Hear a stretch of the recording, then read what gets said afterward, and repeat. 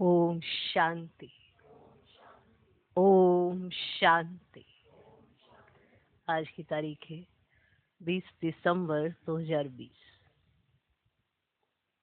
अव्यक्त महावाक्य, अव्यक्त बाप दादा रिवाइज कोर्स की मुरली, जिसकी ओरिजिनल डेट है 20 मार्च 1987।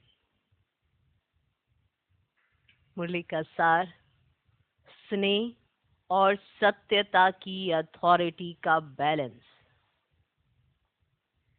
स्नेह और सत्यता की अथॉरिटी का बैलेंस। स्नेह भी और सत्यता की अथॉरिटी का बैलेंस।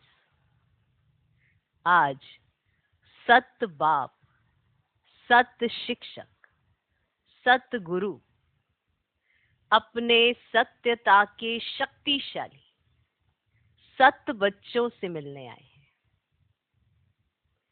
सबसे बड़े से बड़ी शक्ति व अथॉरिटी सत्यता की ही है। सत्य दो अर्थ से कहा जाता है। एक सत्य अर्थात सत्य, और दूसरा सत्य अर्थात अविनाशी। सत्य के दो अर्थ, एक सत्य अर्थात सत्य, सच, और दूसरा सत्य अर्थात अविनाशी। दोनों अर्थ से सत्यता की शक्ति सबसे बड़ी है। माना एक सत्य, दूसरा अविनाशी। एक सत्य के दो अर्थ। क्लियर? दोनों अर्थ से सत्यता की शक्ति सबसे बड़ी है। बाप को सत्य बाप कहते हैं। बाप तो अनेक हैं, लेकिन सत्य बाप एक है। सत्य शिक्षक, सत्य गुरु एक ही है।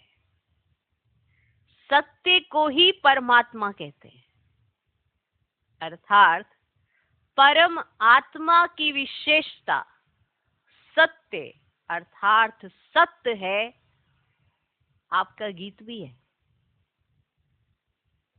सत्य ही शिव है। दुनिया में भी कहते हैं सत्यम शिवम सुंदरम। साथ साथ बाप परमात्मा के लिए सत्य चित्त आनंद स्वरूप कहते हैं। आप आत्माओं को सत्य चित्त आनंद कहते हैं। तो सत्य शब्द की महिमा बहुत गाई हुई है, और कभी भी कोई भी कार्य में अथॉरिटी से बोलते तो यही कहेंगे, मैं सच्चा हूं इसलिए अथॉरिटी से बोलता हूं। सत्य के लिए ही गायन है। सत्य की नाव डोलेगी लेकिन डूबेगी नहीं। आप लोग भी कहते हो, आप लोग भी कहते हो सच तो बिठो नच, कहते हो। सच्चा अर्थात सत्यता की शक्ति वाला सदा नाचता रहेगा, कभी मुरझाएगा नहीं, उलझेगा नहीं, घबराएगा नहीं, कमजोर नहीं होगा। कौन? सच्चा। जिसके पास सत्यता की शक्ति है वो सदा खुशी में नाचता रहेगा। सच्चा अर्थात सत्यता की शक्ति वाला सदा नाचता रहेगा, कभी मुरझाएगा नहीं, उलझेगा नहीं, घबराएगा नहीं, कमजोर नहीं होगा। सत्यता की शक्ति वाला सदा खुशी में नाचता रहेगा, शक्तिशाली होगा। कौन? सत्यता की शक्ति वाला शक्तिशाली होगा, सामना करने की शक्ति होगी, इसलिए घबराएगा नहीं। सत्यता को सोने के समान कहते हैं, असत्य को मिट्टी के समान कहते हैं। भक्ति में भी जो परमात्मा की तरफ लगन लगाते हैं उन्हों को सत्संगी कहते हैं। सत्य का संग करने वाले हैं। और लास्ट में जब आत्मा शरीर छोड़ती है तो भी क्या कहते हैं? सत्य नाम संग है। तो सत्य अविनाशी, सत्य सत्य है। सत्यता की शक्ति महान शक्ति है। वर्तमान समय मेजॉरिटी लोग आप सबको देखकर क्या कहते हैं? क्या कहते हैं? इन्हों में सत्यता की शक्ति है, तब इतना समय वृद्धि करते हुए चल रहे हैं। सत्यता कब हिलती नहीं है, अचल होती है। सत्यता वृद्धि को प्राप्त करने की विधि है। सत्यता की शक्ति से सत्युग बनाते हो। स्वयं भी सत्य नारायण, सत्य लक्ष्मी बनते हो। ये सत्य ज्ञान है, सत्य बाप का ज्ञान है, इसलिए दुनिया से न्यारा और प्यारा है। तो सुना सत्य की महिमा। तो आज बाप दादा सभी बच्चों को देख रहे हैं कि सत्य ज्ञान की सत्यता की अथॉरिटी कितनी धारण की है। ज्ञान सत्य है तो सत्यता की अथॉरिटी कितनी है, ये कितनी धारण की है। सत्यता हर आत्मा को आकर्षित करती है।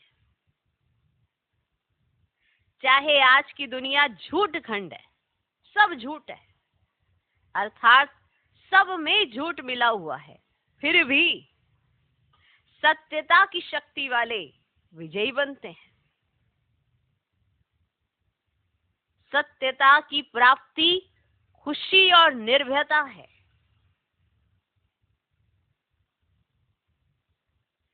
सत्य बोलने वाला सदा निर्भय होगा, उनको कब भय नहीं होगा। जो सत्य नहीं होगा तो उनको भय जरूर होगा। तो आप सभी सत्यता के शक्तिशाली श्रेष्ठ आत्माएं हो। सत्य ज्ञान, सत्य भाव, सत्य प्राप्ति, सत्य याद, सत्य गुण, सत्य शक्तियां, सर्व प्राप्ति है। तो इतनी अथॉरिटी का नशा रहता है।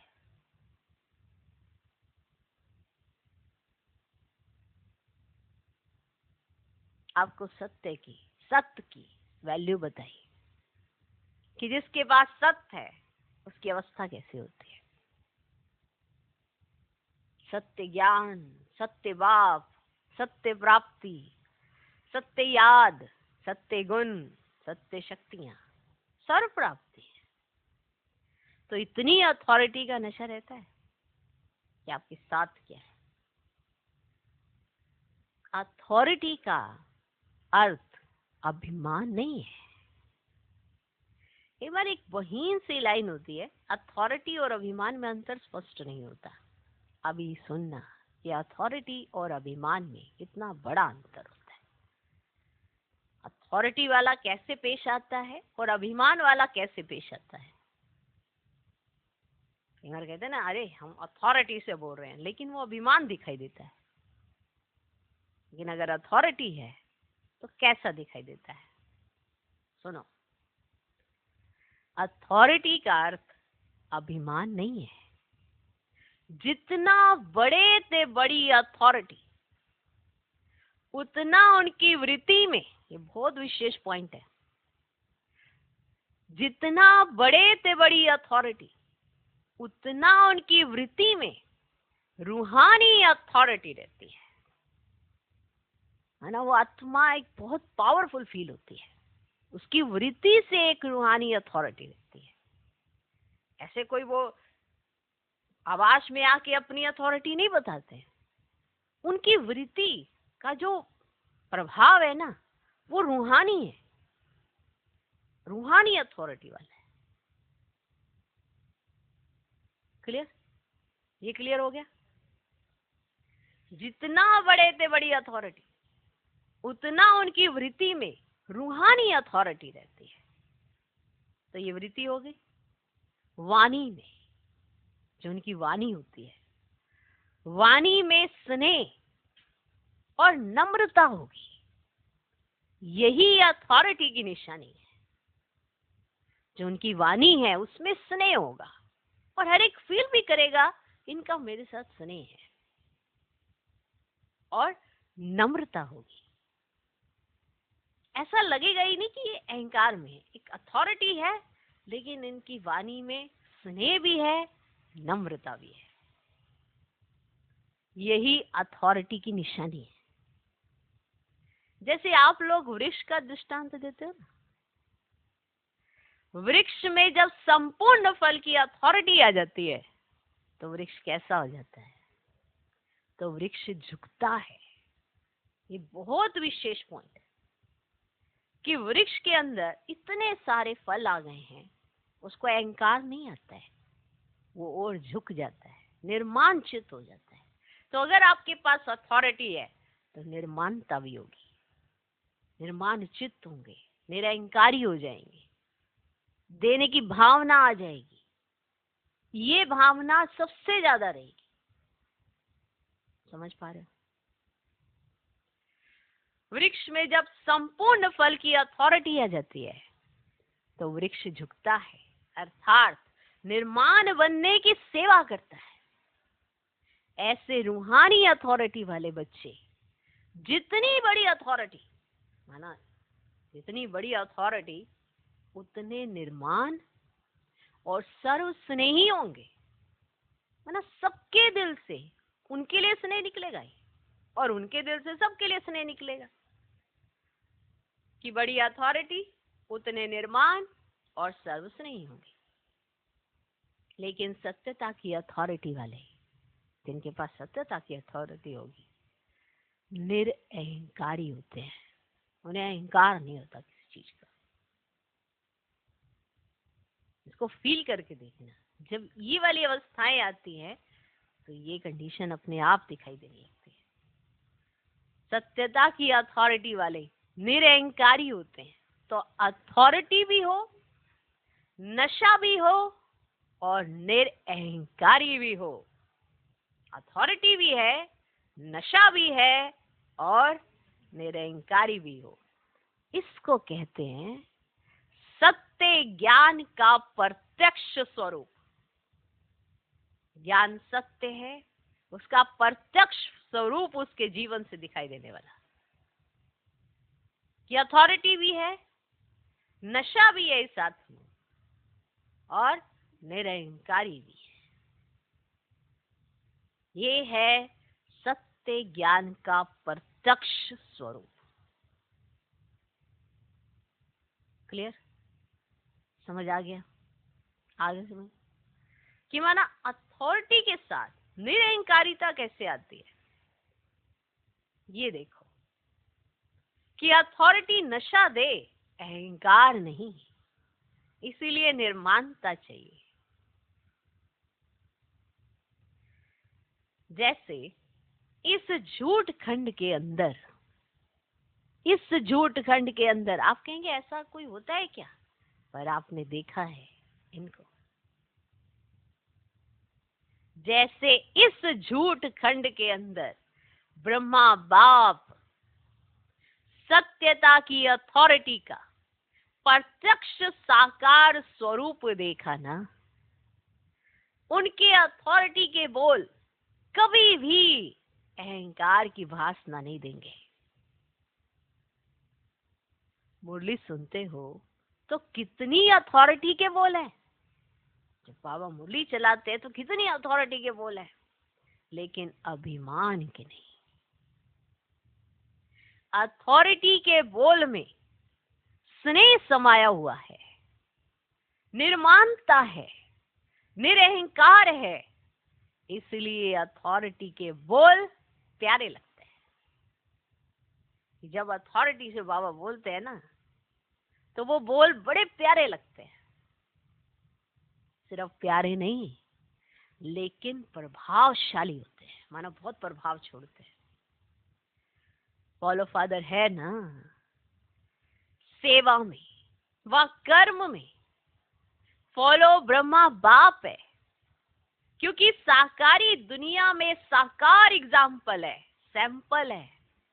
तो जैसे ब्रह्मा बाप को कर्म में, सेवा में, सूरत में, हर चलन से चलता फिरता अथॉरिटी स्वरूप देखा, ऐसे फॉलो फादर करने वाले में भी, जो फॉलो फादर करेगा उनमें भी स्नेह और अथॉरिटी, निर्माणता और महानता दोनों साथ साथ दिखाई दे।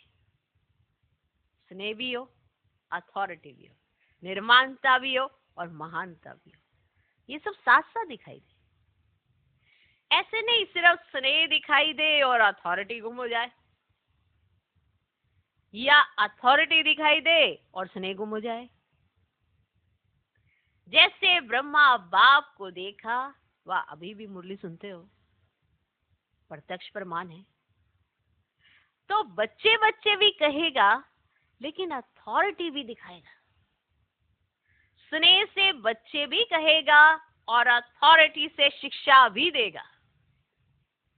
सत्य ज्ञान को प्रत्यक्ष भी करेंगे, लेकिन बच्चे बच्चे कहते नया ज्ञान सारा स्पष्ट कर देंगे। इसको कहते हैं स्नेह और सत्यता की अथॉरिटी का बैलेंस। तो वर्तमान समय सेवा में इस बैलेंस को अंडरलाइन करो।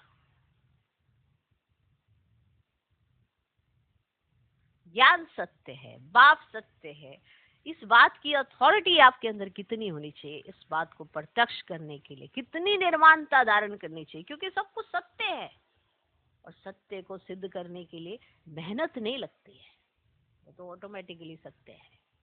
बस आपको उस बात का नशा होना चाहिए कि आप क्या सिद्ध कर रहे हैं। अहंकार में नहीं जाना है कि हमें ही सिर्फ पता है, ये बाप का ज्ञान है, दे रहे हो, बीच में माध्यम बने हो, आपका ज्ञान नहीं है। अहंकार किस बात का, तो मीडिएटर हो ना बस।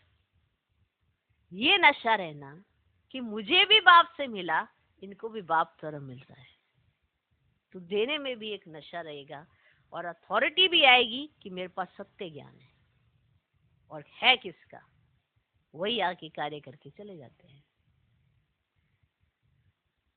तो सेवा में इस बैलेंस को अंडरलाइन करो कि स्नेह और सत्यता की अथॉरिटी का बैलेंस। धरनी बनाने के लिए स्थापना से लेकर अब तक 50 वर्ष पूरे हो गए। 1987 की मुरली है।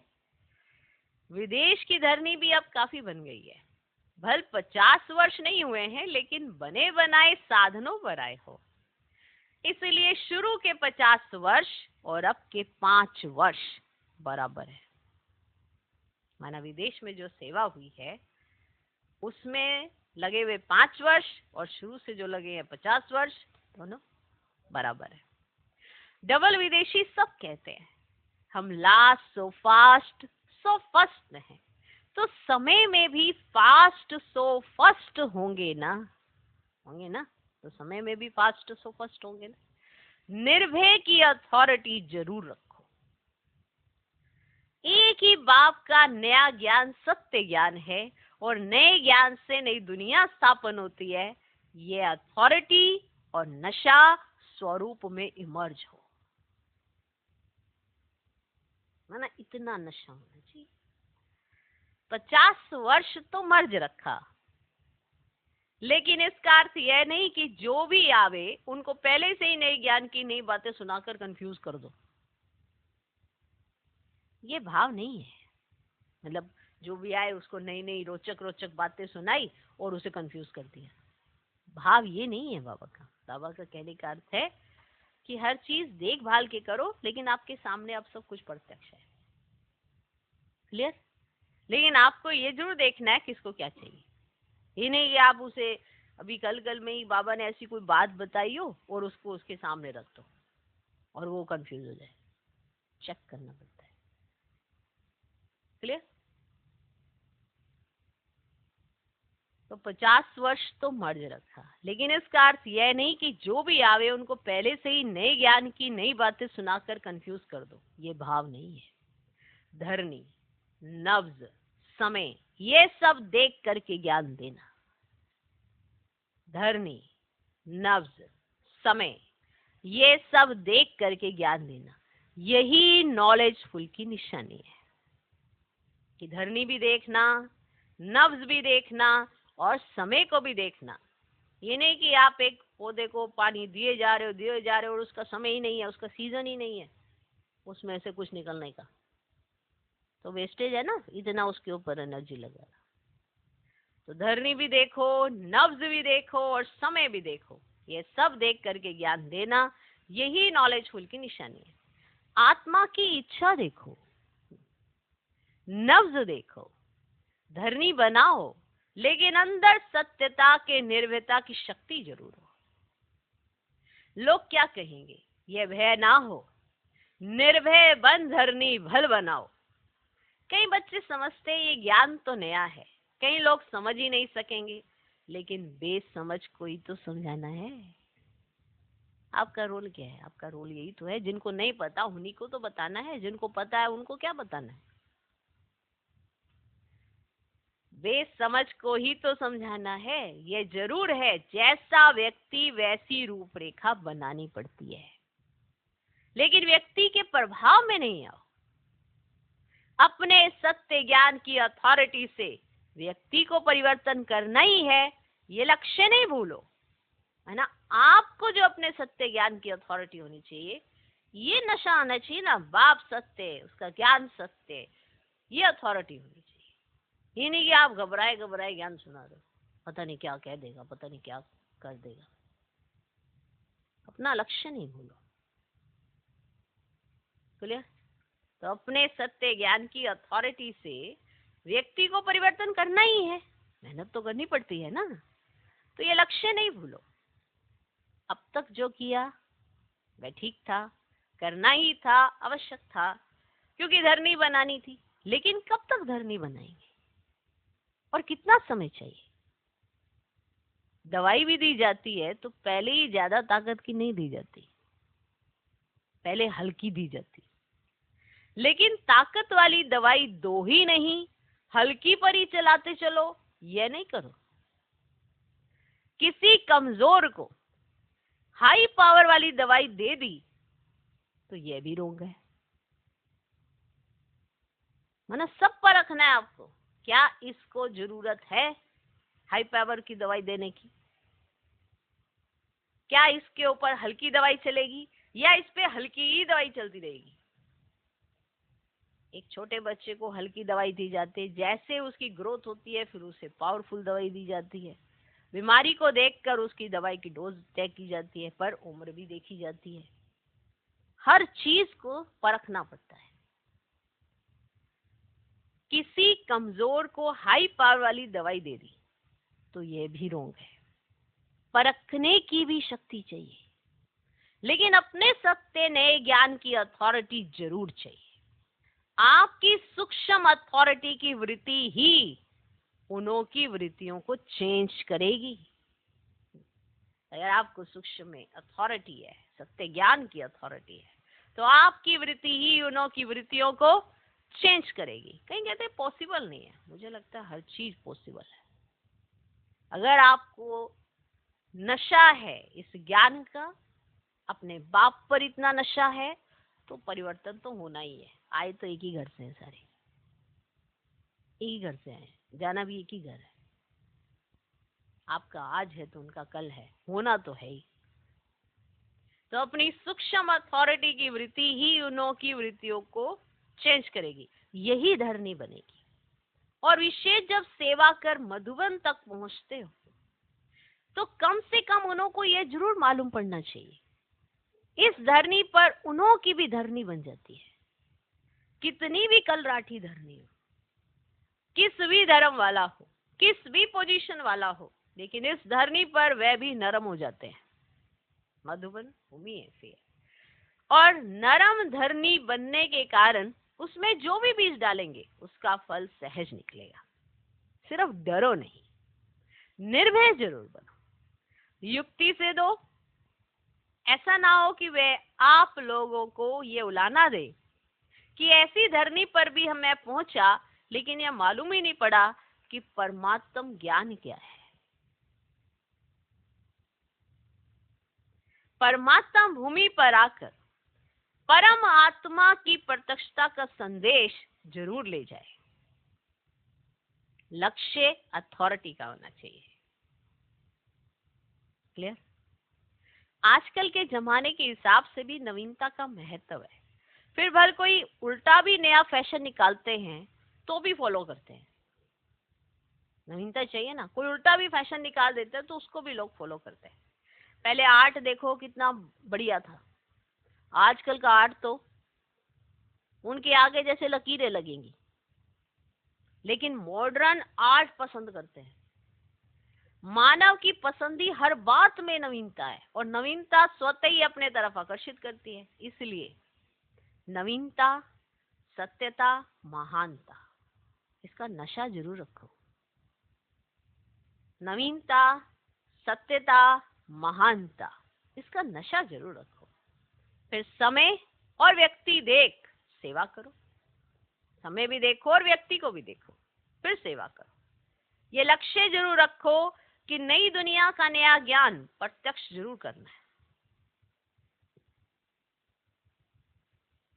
अभी स्नेह और शांति प्रत्यक्ष हुई है। बाप का प्यार के सागर का स्वरूप, शांति के सागर का स्वरूप प्रत्यक्ष किया है। लेकिन ज्ञान स्वरूप आत्मा और ज्ञान सागर बाप है।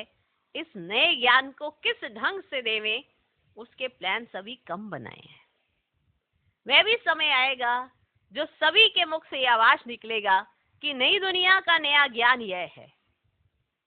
अभी सिर्फ अच्छा कहते हैं, नया नहीं कहते। याद की सब्जेक्ट को अच्छा प्रत्यक्ष किया है, इसलिए धरनी अच्छी बन गई है। और धरनी बनाना पहला आवश्यक कार्य भी जरूरी है। जो किया है वह बहुत अच्छा और बहुत किया है, तन मन धन लगाकर किया है, इसके लिए आफरीन भी देते हैं। पहले जब विदेश में गए थे तो यही त्रिमूर्ति के चित्र पर समझाना कितना मुश्किल समझते थे। अभी त्रिमूर्ति के चित्र पर ही आकर्षित होते हैं। ये सीढ़ी का चित्र भारत की कहानी समझते थे, लेकिन विदेश में इस चित्र पर आकर्षित होते हैं। तो जैसे वह प्लान बनाए कि ये नई बात किस ढंग से सुनावे, तो अब भी इन्वेंशन करो। ये नहीं सोचो कि ये तो करना ही पड़ेगा। नहीं, बाप दादा का लक्ष्य सिर्फ यह है कि नवीनता के महानता की शक्ति धारण करो। इसको भूलो नहीं। दुनिया को समझाना है, दुनिया की बातों से घबराओ नहीं। अपना तरीका इन्वेंट करो, क्योंकि इन्वेंटर आप बच्चे ही हो ना। सेवा के प्लान बच्चे ही जानते हैं। जैसा लक्ष्य रखेंगे वैसा प्लान बहुत अच्छे से अच्छा बन जाएगा। और सफलता तो जन्म सिद्ध अधिकार है ही है। इसलिए नवीनता को प्रत्यक्ष करो। जो भी ज्ञान की गुह्य बातें हैं उसको स्पष्ट करने की विधि आपके पास बहुत अच्छी है और स्पष्टीकरण है। एक एक पॉइंट को लॉजिकल स्पष्ट कर सकते हो। अपनी अथॉरिटी वाले हो, कोई मनोमय व कल्पना की बातें तो है नहीं। यथार्थ है, अनुभव है। अनुभव की अथॉरिटी, नॉलेज की अथॉरिटी, सत्यता की अथॉरिटी, कितनी अथॉरिटीज हैं।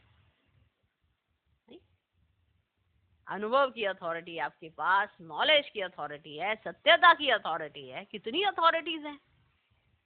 समझ आ? तो अथॉरिटी और स्नेह दोनों को साथ साथ कार्य में लगाओ। बाप दादा खुश हैं कि मेहनत से सेवा करते करते इतनी वृद्धि को प्राप्त किया है और करते ही रहेंगे। चाहे देश है चाहे विदेश है, देश में भी व्यक्ति और नब्ज देख सेवा करने में सफलता है। व्यक्ति को भी देखो और उसकी नब्ज भी देखो, इसमें सफलता है। विदेश में भी इसी विधि में सफलता है। पहले संपर्क में लाते हो, यह धरनी बनती है।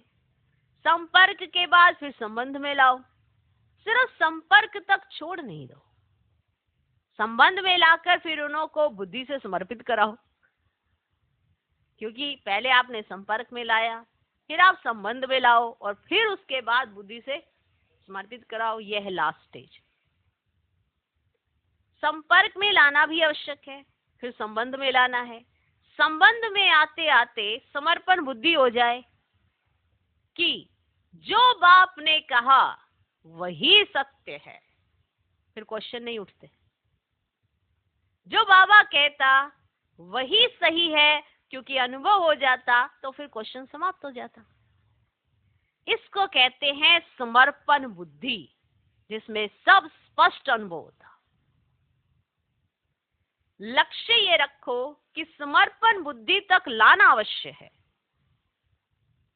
तब कहेंगे माइक तैयार हुए हैं। माइक क्या आवाज करेगा?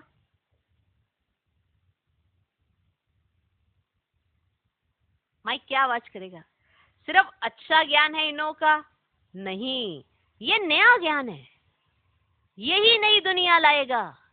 ये आवाज हो तब तो कुंभकर्ण जागेंगे ना, नहीं तो सिर्फ आंख खोलते हैं। बहुत अच्छा, बहुत अच्छा कह, फिर नींद आ जाती है। इसलिए जैसे स्वयं बालक सो मालिक बन गए ना, ऐसे बनाओ। बेचारों को सिर्फ साधारण प्रजा तक नहीं लाओ, लेकिन राज्य अधिकारी बनाओ। उसके लिए प्लान बनाओ, किस विधि से करो जो कंफ्यूज भी ना हो और समर्पण बुद्धि भी हो जाए। कौन सी विधि अपनाए कि वो कंफ्यूज भी नहीं होने चाहिए और वो समर्पण बुद्धि भी हो जाए, नवीनता भी लगे, उलझन भी अनुभव नहीं है। नवीनता भी लगनी चाहिए, उलझन भी अनुभव नहीं करे, स्नेह और नवीनता की अथॉरिटी लगे। क्लियर? अब तक जो रिजल्ट रही, सेवा की विधि, ब्राह्मणों की वृद्धि हुई, वृद्धि रही ना, ये बहुत अच्छा है, क्योंकि पहले बीज को गुप्त रखा, वह भी आवश्यक है। बीज को गुप्त रखना होता है, बाहर रखने से फल नहीं देता। बीज को सदा गुप्त रखना होता है, तभी फल निकलता है ना उसमें से। धरनी के अंदर बीज को रखना होता है, लेकिन अंदर धरनी में ही ना रह जाए, बाहर प्रत्यक्ष हो, फल स्वरूप बने, ये आगे की स्टेज है। समझा? लक्ष्य रखो, नया करना है। ऐसे नहीं कि इस वर्ष ही हो जाएगा, कि सब कुछ इसी वर्ष में हो जाएगा, लेकिन लक्ष्य बीज को भी बाहर प्रत्यक्ष करेगा। ऐसे भी नहीं सीधा जाकर भाषण करना शुरू कर दो। पहले सत्यता की शक्ति की भासना दिलाने के भाषण करने पड़ेंगे। आखिर वे दिन आए, ये सबके मुख से निकले, जैसे ड्रामा में दिखाते हो ना, सब धर्म वाले मिलकर कहते हैं हम एक हैं, एक के हैं। वे ड्रामा दिखाते हो, ये प्रैक्टिकल में स्टेज पर सब धर्म वाले मिलकर एक ही आवाज में बोले, एक बाप है, एक ही ज्ञान है, एक ही लक्ष्य है, एक ही घर है, यही है। अब यह आवाज चाहिए। ऐसा दृश्य जब बेहद ही स्टेज पर आए, तब प्रत्यक्षता का झंडा लहराएगा और इस झंडे के नीचे सब यही गीत गाएंगे। सबके मुख से एक शब्द निकलेगा, बाबा हमारा। क्या निकलेगा? बाबा हमारा। तब कहेंगे प्रत्यक्ष रूप में शिवरात्रि मनाई, अंधकार खत्म हो, गोल्डन मॉर्निंग के नजारे दिखाई देंगे। इसको कहते हैं आज और कल का खेल। आज अंधकार, कल गोल्डन मॉर्निंग। यह है लास्ट पर्दा। समझा? समझा? बाकी जो प्लान बनाए हैं वे अच्छे हैं। हर एक स्थान की धरनी परमान प्लान बनाना ही पड़ता है। धरनी के परमान विधि में कोई अंतर भी अगर करना पड़ता है तो ऐसी कोई बात नहीं है। लास्ट में सभी को तैयार कर मधुबन धरनी पर छाप जरूर लगानी है। भिन्न भिन्न वर्ग को तैयार कर स्टैंप जरूर लगानी है। पासपोर्ट पर भी स्टैंप लगाने सिवाय जाने नहीं देते हैं ना, जब तक पासपोर्ट पर स्टैंप नहीं लगेगी। तो स्टैंप यहाँ मधुबन में ही लगेगी। ये सब तो है ही सरेंडर। अगर ये सरेंडर नहीं होते तो सेवा के निमित्त कैसे बनते? सरेंडर है तब ब्रह्मा कुमार ब्रह्मा कुमारी बन सेवा के निमित्त बने हो। देश चाहे विदेश में कोई कृष्ण कुमार व बोध कुमारी बनकर तो सेवा नहीं करते हो। तभी क्यों ना वीके हो ना, वीके बन करके ही तो सेवा करते हो ना। तो सरेंडर ब्राह्मणों की लिस्ट में सभी हैं, अब औरों को कराना है। मर्जीवा बन गए, ब्राह्मण बन गए। बच्चे कहते मेरा बाबा, तो बाबा कहते तेरा हो गया। तो सरेंडर हुए ना। चाहे प्रवृत्ति में हो चाहे सेंटर पर हो, लेकिन जिसने दिल से कहा मेरा बाबा, तो बाप ने अपना बनाया। ये तो दिल का सौदा है, मुख का स्थूल सौदा नहीं है, ये दिल का है। सरेंडर माना श्रीमत के अंडर रहने वाले। सरेंडर माना श्रीमत के अंडर रहने वाले। जो श्रीमत के अंडर रहते हैं उन्हें कहते हैं सरेंडर। सारी सभा सरेंडर है ना, इसलिए फोटो भी निकाला है ना।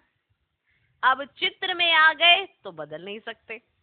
परमात्म घर में चित्र हो जाए ये कम भाग्य नहीं है। परमात्म घर में आपका चित्र, ये कम भाग्य नहीं है। ये स्थूल फोटो नहीं, लेकिन बाप के दिल में फोटो निकल गया। अच्छा, सर्व सत्यता की अथॉरिटी वाली श्रेष्ठ आत्माओं को, सर्व नवीनता और महानता को प्रत्यक्ष करने वाले सच्ची सेवाधारी बच्चों को, सर्व स्नेह और अथॉरिटी के बैलेंस रखने वाले, हर कदम में बाप द्वारा ब्लेसिंग लेने के अधिकारी श्रेष्ठ आत्माओं को, सर्व सत्य अर्थात अविनाशी रत्नों को, अविनाशी पाठ बजाने वालों को, अविनाशी खजाने के पालक सो मालिकों को, विश्व रचता सत्य बाप, सत्य शिक्षक, सतगुरु का याद प्यार और नमस्ते। हम रूहानी बच्चों की भी रूहानी बाप दादा को नमस्ते नमस्ते नमस्ते। Good morning good morning good morning. आज का वरदान, आज का वरदान मन के मौन से सेवा की नई इन्वेंशन निकालने वाले सिद्धि स्वरूप भव। मन के मौन से सेवा की नई इन्वेंशन निकालने वाले सिद्धि स्वरूप भव। जैसे पहले पहले मौन व्रत रखा था तो सब फ्री हो गए थे, टाइम बच गया था। ऐसे अब मन का मौन रखो जिससे व्यर्थ संकल्प आवे ही नहीं। जैसे मुख से आवाज ना निकले वैसे व्यर्थ संकल्प ना आए। यह है मन का मौन। तो समय बच जाएगा। इस मन के मौन से सेवा की ऐसी नई इन्वेंशन निकलेगी जो साधना कम और सिद्धि ज्यादा होगी। जैसे साइंस के साधन सेकंड में विधि को प्राप्त कराते हैं, वैसे ही साइलेंस के साधन द्वारा सेकंड में विधि प्राप्त होगी। आज का स्लोगन, जो स्वयं समर्पित स्थिति में रहते हैं, जो स्वयं समर्पित स्थिति में रहते हैं, सर्व का सहयोग भी उनके आगे समर्पित होता है। वाह क्या बात है कि आप अगर मन बुद्धि से समर्पित हो गए ना, तो किसी का आपको सहयोग ना मिले ऐसा होता ही नहीं है, क्योंकि आप समर्पित बुद्धि हो। मन बुद्धि से आप समर्पित हो, आपकी स्थिति समर्पित है, तो आपको सर्व का सहयोग भी समर्पित हो जाता है।